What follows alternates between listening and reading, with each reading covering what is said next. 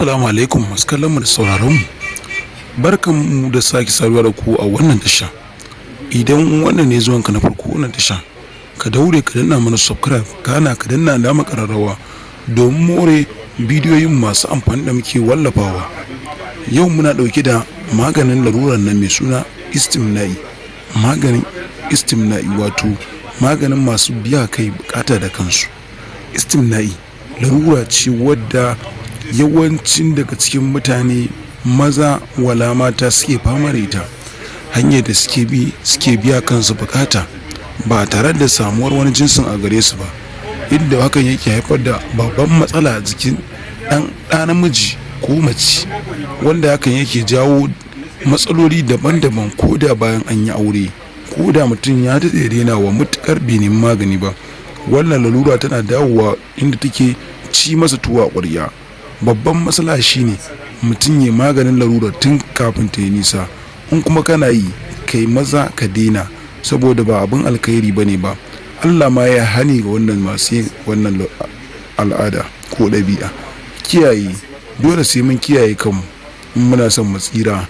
Wannan larura tana ɗaya daga cikin manyan larurori da yawancin maza da mata har da magidanta a wani lokacin suke fama da ita, inda suke amfani da wasu abubuwa wanda za su sa su ji tamkar suna kwanciyar aure, wanda suke biya kansu bukata da kansu. Hakan yana jawo matsaloli daban-daban a jikin ɗan adam. Ga wasu da cikin magungunan wannan larura, ga wasu daga cikin hanyoyin rabuwa da wannan ɗabi'a. Amma kafin nan kar ka manta ka danna mana subscribe, kana ka danna alamar ƙararrawa a wannan tasha ta mu.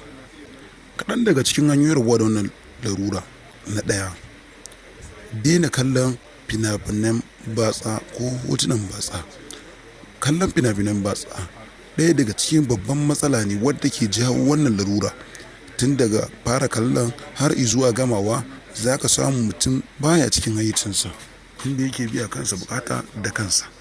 Daina kallon wannan yana ɗaya daga cikin abubuwan da za su kare mutum daga afkawa wannan larura ko kuma daina yin ta.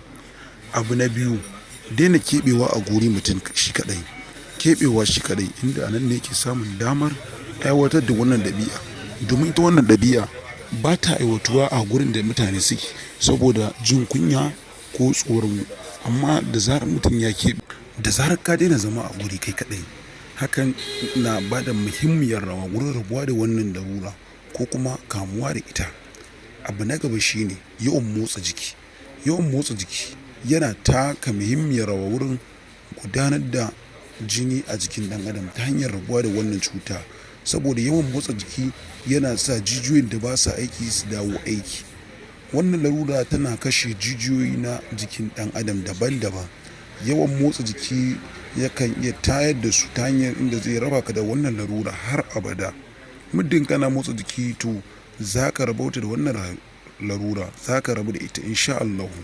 Abu na gaba shine daina kallon abin da bai kamata ba. Yawan kallon matan da ba maharamanka ba akan hanya ko akan titi, kallo na sha'awa, wannan na taka muhimmiyar rawa wurin afkawa wannan larura. Daina kallon ka iya kiyaye mutum daga afkawa wannan larura.